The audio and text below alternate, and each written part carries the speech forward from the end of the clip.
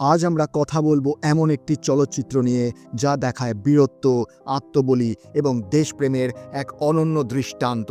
এটি হলো লিওনাইডাস এবং তার ৩০০ স্পার্টান সৈনিকের গল্প, যারা নিজেদের জীবনকে উপেক্ষা করে তাদের দেশকে রক্ষার জন্য পৃথিবীর সবচেয়ে বড় সাম্রাজ্যকে চ্যালেঞ্জ জানায়। এই চলচ্চিত্রের নাম 300। তাহলে চলুন শুরু করা যাক। কিন্তু তার আগে নমস্কার বন্ধুরা, আমি স্যাম আর আপনারা দেখছেন নো দি স্টোরি। স্পার্টা একটি এমন ভূমি যেখানে শৈশব মানেই ছিল প্রস্তুতি, মৃত্যুর মুখোমুখি হওয়ার জন্য, শত্রুর সামনে কখনো না ঝোঁকার জন্য। স্পার্টায় একটি নিয়ম ছিল, যখন কোনো শিশুর জন্ম নিত তখন প্রথমেই তার শারীরিক যাচাই হতো। যদি তাকে দুর্বল মনে হতো তবে তাকে পাহাড়ের নিচে ফেলে দেওয়া হতো, কারণ স্পার্টার কাছে দুর্বলতা ছিল পাপ। আর এখান থেকে শুরু হয় এক বীর যোদ্ধার গল্প, লিওনাইডাস। লিওনাইডাস যখন ছোট ছিল তখন থেকেই তাকে প্রশিক্ষণে পাঠানো হয়। এই প্রশিক্ষণ কোনো স্কুলের মতো ছিল না, এটি ছিল যুদ্ধের মাঠ, যেখানে প্রতিটি দিন ছিল এক কঠিন পরীক্ষা। তাকে শিখতে হতো কষ্ট সহ্য করতে, ক্ষুধার্ত অবস্থায় টিকে থাকতে এবং শত্রুর চোখে চোখ রেখে যুদ্ধ করতে। এই রকম এক প্রশিক্ষণে লিওনাইডাসকে একটি বড় জঙ্গলে একা ফেলে দেওয়া হলো। না ছিল খাবার, না জল, না কারো সাহায্য, কেবল একটি তলোয়ার আর সামনে এক ভয়ঙ্কর শত্রু, একটি নেকড়ে। কিন্তু এই নেকড়ে ছিল না সাধারণ কোনো জানোয়ার, এটি ছিল বিশাল, ধূর্ত এবং লিওনাইডাসকে মুহূর্তেই মেরে ফেলতে পারত।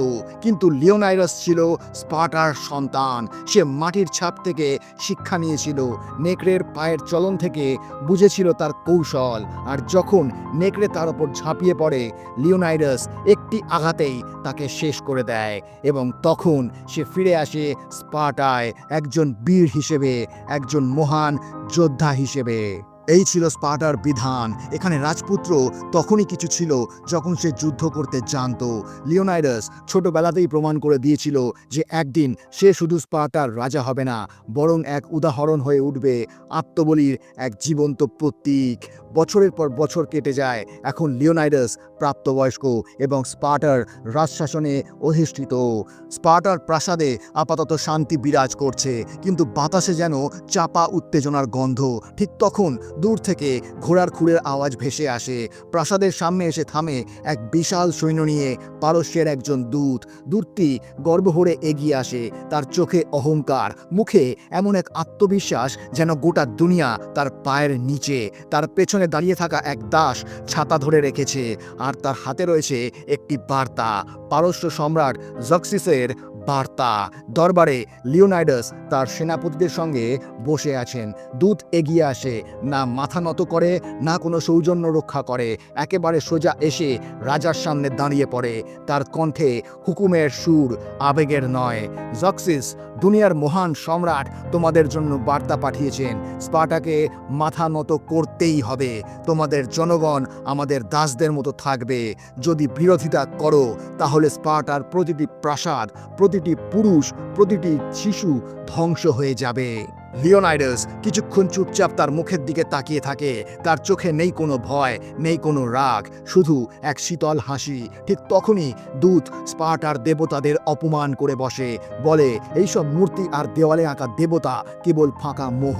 লিওনাইডাস তার এক সহচরকে জিজ্ঞেস করে, আমাদের রীতি অনুযায়ী একজন অপমানকারী দূতকে হত্যা করা সঠিক হবে কিনা। দূত চিৎকার করে বলে, এটা পাগলামি, তুমি আমাদের সম্রাটের দূতকে হুমকি দিচ্ছ।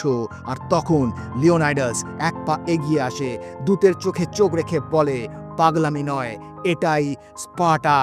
আর কোনো পূর্ব সতর্কতা ছাড়াই লিওনাইডাস দূতকে এক প্রচণ্ড লাথি মেরে গভীর কুয়োর মধ্যে ফেলে দেয়। দূত চিৎকার করতে করতে নিচে পড়ে যায়, আর তার সাথীরাও সেই গর্তে নিক্ষিপ্ত হয়। এই একটি পদক্ষেপে স্পার্টা যুদ্ধ ঘোষণা করে দেয়। এটা শুধু এক দূতের মৃত্যু ছিল না, এটা ছিল পারস্যের সম্রাটের অহংকারের শেষ নিঃশ্বাস। লিওনাইডাস গোটা দুনিয়াকে জানিয়ে দেয়, স্পার্টা কখনো মাথা নত করে না। প্রাসাদের ভেতর নিস্তব্ধতা নেমে আসে, কিন্তু লিওনাইডাসের মুখে মুখে দেখা যায় এক অদ্ভুত শান্তি, কারণ সে জানে এখন সামনে একটাই পথ, যুদ্ধের পথ। স্পার্টায় দূতের মৃত্যুর পর পরিস্থিতি আরও জটিল হয়ে উঠেছে। লিওনাইডাস জানে পারস্যের সম্রাট জক্সিস এখন নিশ্চুপ থাকবে না। একটা বিশাল আক্রমণের ছায়া স্পষ্ট, কিন্তু স্পার্টায় একটি কঠোর নিয়ম আছে। কাউন্সিলের অনুমতি ছাড়া রাজা নিজে থেকে যুদ্ধ ঘোষণা করতে পারে না। রাতের সময় চাঁদের আলোয় স্পার্টার প্রাসাদ যেমন শান্ত দেখাচ্ছে, ভেতরে লিওনাইডাসের মনে ততটাই অস্থিরতা চলছে। সে বসে আছে নিজের স্ত্রী রানী গর্গর সঙ্গে। গর্গ কোনো সাধারণ রানী ছিল না, স্পার্টার নারীরাও ছিল যোদ্ধার মতো, এবং তার কথায় ছিল দৃঢ়তা। লিওনাইডাস বলে, পারস্য আমাদের স্বাধীনতা কেড়ে নিতে চাইছে। যদি এখনই আমরা জবাব না দিই, তাহলে আগামী প্রজন্ম দাসত্বেই জন্মাবে। গর্গ তার চোখের দিকে তাকিয়ে বলে, তাহলে তোমার যা করা উচিত করো, এক রাজার মতো যুদ্ধ করো, চাই গোটা পৃথিবী তোমার বিরুদ্ধে থাকুক। কিন্তু লিওনাইডাস জানে কাউন্সিলের অনুমতি ছাড়া এমন সিদ্ধান্ত নেওয়া স্পার্টার আইনের বিরুদ্ধে। কাউন্সিলের কয়েকজন বয়স্ক সদস্য পারস্যের সঙ্গে সম্পর্ক বজায় রাখতে চায়। তাদের মতে যুদ্ধ স্পার্টাকে ধ্বংস করে দিতে পারে। তাদের মধ্যে সবচেয়ে প্রভাবশালী এবং কুটিল সদস্য একজন থেরন। সে গোপনে পারস্য থেকে ঘুষ নিয়েছে এবং নিজের স্বার্থ ছাড়া আর কিছুই তার মাথায় নেই। কাউন্সিলের সভায় লিওনাইডাস নিজের যুক্তি তুলে ধরে। সে বোঝাতে চায় যে স্পার্টাকে আত্মরক্ষার জন্য প্রস্তুত থাকতে হবে, কিন্তু থেরন ও তার সমর্থকেরা বলে রাজা দেবতাদের ইচ্ছে ছাড়া যুদ্ধ শুরু করা সঠিক হবে না। লিওনাইডাস তাদের সামনে মাথা নত করে না, তবু সে জানে খোলাখুলি যুদ্ধ ঘোষণা করা মানে স্পার্টার নিয়ম ভাঙা। তখন তার মনে আসে আরেকটি উপায়। সে যুদ্ধ করবে, কিন্তু যুদ্ধ ঘোষণা না করে। রাতে লিওনাইডাস একটি সিদ্ধান্ত নেয়। সে শুধুমাত্র নিজের সবচেয়ে বিশ্বস্ত 300 সৈনিক নিয়ে বেরিয়ে পড়বে স্পার্টার রক্ষা ও সীমান্ত পরিদর্শনের অজুহাতে। কাগজে কলমে এটি হবে একটি দায়িত্বপূর্ণ ভ্রমণ, কিন্তু বাস্তবে এটি হবে এক যুদ্ধ। দৃশ্যের শেষে লিওনাইডাস তার ছেলে ও স্ত্রীকে বিদায় জানায়। রানী গর্গ তার হাত ধরে বলে, ফিরে এসো, হয় বিজয় নিয়ে, নয় আত্মবলির গৌরব নিয়ে। আর তারপর লিওনাইডাস রওনা হয় স্পার্টার 300 বীর সৈনিক নিয়ে এক এমন যাত্রার জন্য যেখানে রচিত হতে চলেছে ইতিহাসের সবচেয়ে বীরত্বপূর্ণ গাথা। ধোঁয়ার মাঝে ভূপৃষ্ঠ কাঁপানো পদধ্বনি শোনা যায়।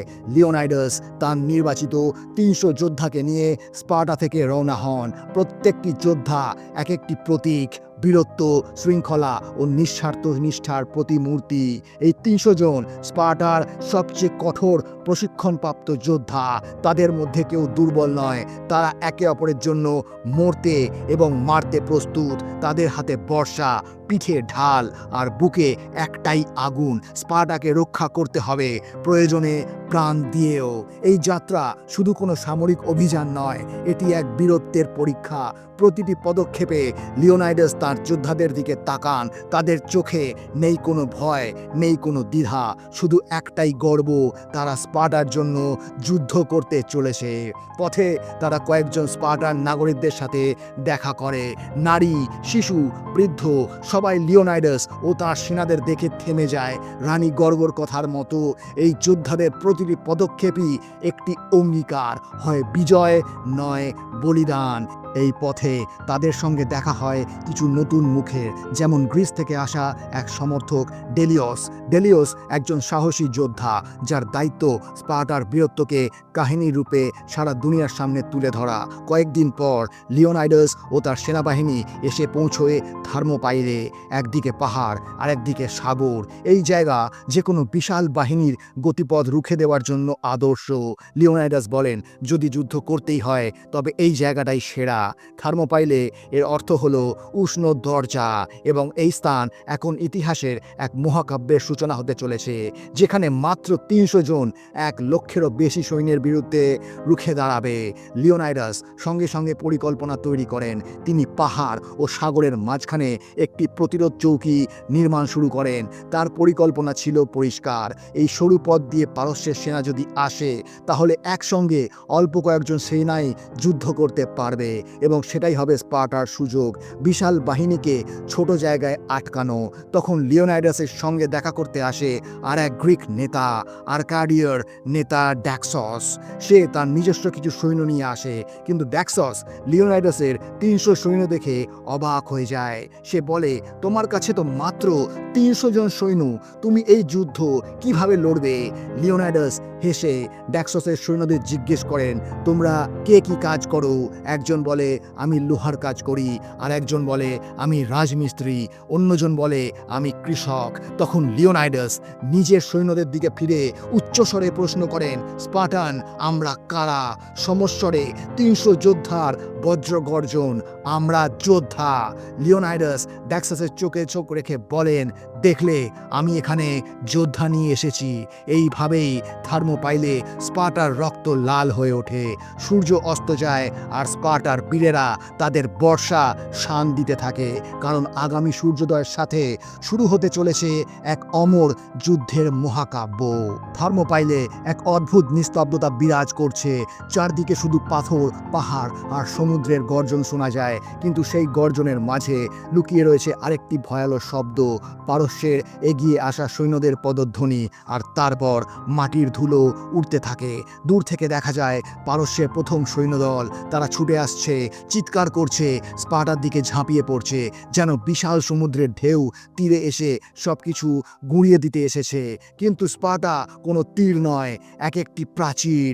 লিওনাইডাস চিৎকার করে ওঠেন, স্পার্টান, প্রস্তুত হও। আর যখন পারস্যের সৈন্যরা স্পার্টার প্রাচীরে আঘাত হানে, তখন প্রকাশ পায় বীরত্বের প্রথম ঝলক। স্পার্টার যোদ্ধারা এক একটি যন্ত্রের মতো লড়ছে। ঢাল দিয়ে থামাও, বর্ষা দিয়ে আঘাত করো, পিছু হটো, আবার ঢাল তোলো, আবার বর্ষা চালাও। কয়েক মুহূর্তেই পারস্যের প্রথম সৈন্যদলের মৃতদেহ মাটিতে ছড়িয়ে পড়ে। স্পার্টার 300 যোদ্ধা একটি ফাঁকও রাখেনি, প্রত্যেকে 10 জনের সমান যুদ্ধ করেছে। লিওনাইডাস গর্ব ভরে তার যোদ্ধাদের চোখে দেখে, তার বিশ্বাস আরও দৃঢ় হয়। কিন্তু পারস্য থেমে যাবার জাতি নয়। জাক্সিস জয় করতে নয়, দমন করতে এসেছে। এরপর আসে পরবর্তী আক্রমণ। পারস্যের এলিট অশ্বারোহী বাহিনী, ঘোড়াগুলো ছুটছে, তলোয়ারের ঝলক আকাশে বিদ্যুৎ ছড়াচ্ছে। কিন্তু লিওনাইডাস জানতেন, ঘোড়ার গতির চেয়ে বেশি কার্যকর হয় একটি সঠিক কৌশল। যখন অশ্বারোহী বাহিনী স্পার্টার কাছে আসে, তখন স্পার্টানরা তাদের ঢাল নিচু করে হাঁটু গেড়ে বসে পড়ে, আর মুহূর্তেই তারা এক পাথরের প্রাচীরের মতো রূপ নেয়। ঘোড়াগুলো আছড়ে পড়ে, ছিটকে পড়ে যায়, বর্ষা মুচিয়ে ওঠে, পারস্যের অশ্বারোহীরা ভেঙে পড়ে। স্পার্টা আবারও জয়লাভ করে। লিওনাইডাস মৃতদেহে ভরা যুদ্ধক্ষেত্রের দিকে তাকিয়ে থাকেন, কিন্তু তার মুখে অহংকার নেই, শুধু এক শান্ত চাহনি, কারণ সে জানে এখনো যুদ্ধের শুরু মাত্র।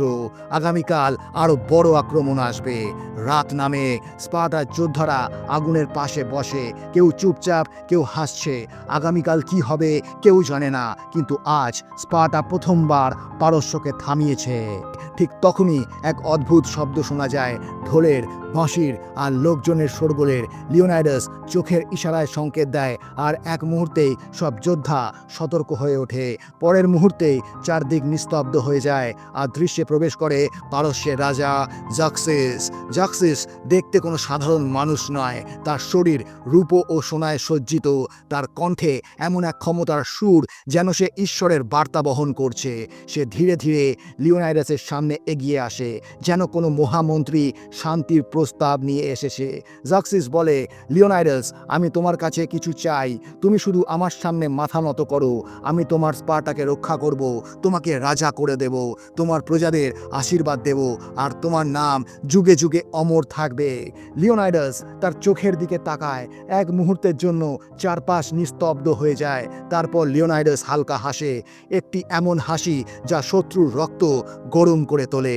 সে বলে, মাথা নত করা আমাদের রক্তে নেই। স্পার্টার রাজার মাথা শুধু দেবতার সামনে নত হয়, কোনো মানুষের সামনে নয়। জাক্সিসের চোখে রাগের আগুন জ্বলে ওঠে।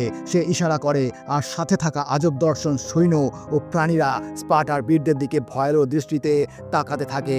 কিন্তু লিওনাইডাস বুক ফুলিয়ে দাঁড়িয়ে থাকে, তার 300 যোদ্ধা পেছনে দাঁড়িয়ে একটি প্রাচীরের মতো।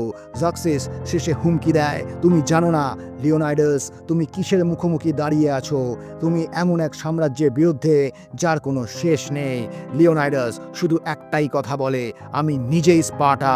জাক্সিস ফিরে যায়, তার পালকি, ঢোল আর আলো সব মিলিয়ে সে অন্ধকারে মিলিয়ে যায়। কিন্তু স্পার্টার জন্য একটা বিষয় স্পষ্ট হয়ে যায়, এখন যুদ্ধটা আর শুধু ধর্ম বা রাজনীতি নয়, এটা আত্মসম্মানের লড়াই। সকালের প্রথম আলো থার্মোপাইল জুড়ে ছড়িয়ে পড়ছে, কিন্তু এই আলোয় নেই আশার ঝলক, বরং রয়েছে আসন্ন ঝড়ের ছায়া। স্পার্টার 300 বীর এখনও নীরব, কিন্তু তাদের চোখে এখন সেই তেজ জ্বলে যা শুধু শেষ নিঃশ্বাস পর্যন্ত লড়া যোদ্ধারাই ধরে রাখে। হঠাৎ ভূমি কেঁপে ওঠে, দূর থেকে দেখা যায় এক অদ্ভুত বিভীষিকাময় সেনা এগিয়ে আসছে। কিছু মুখ পুড়ে যাওয়া, কিছু দানবের মতো দাঁত বের করে রাখা, আর কিছু অর্ধেক মানুষ অর্ধেক পশু। স্পার্টার বীরেরা প্রথমবার এমন কিছু ভিন্ন দেখছে। লিওনাইডাস বলে, আজ স্পার্টা দেবতাদের দেখাবে যে মানব রূপে থেকেও অসুরদের সঙ্গে লড়াই করা সম্ভব। এবং যুদ্ধ শুরু হয়। জাক্সিসের সেই দানব সেনা স্পার্টার ওপর ঝাঁপিয়ে পড়ে, কিন্তু লিওনাইডাসের প্রশিক্ষণে স্পার্টার প্রতিটি যোদ্ধা যেন এক জীবন্ত ঢাল হয়ে দাঁড়িয়ে থাকে। তবুও এই দানবরা সাধারণ শত্রু নয়, এক বিশাল দানব এক স্পার্টান যোদ্ধাকে আকাশে ছুঁড়ে মাটিতে আছড়ে ফেলে। স্পার্টার সেনায় হালকা বিশৃঙ্খলা তৈরি হয়। ঠিক তখনই লিওনাইডাস ঘুরে দাঁড়ায়, তার বর্ষা ঘুরিয়ে সেই দানবের হাঁটুতে সজোরে আঘাত করে। দানব মাটিতে পড়ে যায়, আর স্পার্টা 3 জন বীর মিলে তাকে শেষ করে ফেলে। রক্ত, চিৎকার আর তাণ্ডব ভরা এই যুদ্ধক্ষেত্রে স্পার্টা আবারও জিতে যায়। প্রত্যেকটি দানব একে একে মাটিতে লুটিয়ে পড়ে, কিন্তু স্পার্টার সৈনিকরা এখনও দৃঢ়ভাবে দাঁড়িয়ে আছে। যুদ্ধ শেষ হয়, কিন্তু সবাই জানে এখনও আরও ভয়ঙ্কর কিছু আসতে চলেছে। লিওনাইডাস বলেন, এটা তো কেবল শুরু, এখন দেবতারাও আমাদের থামাতে পারবে না।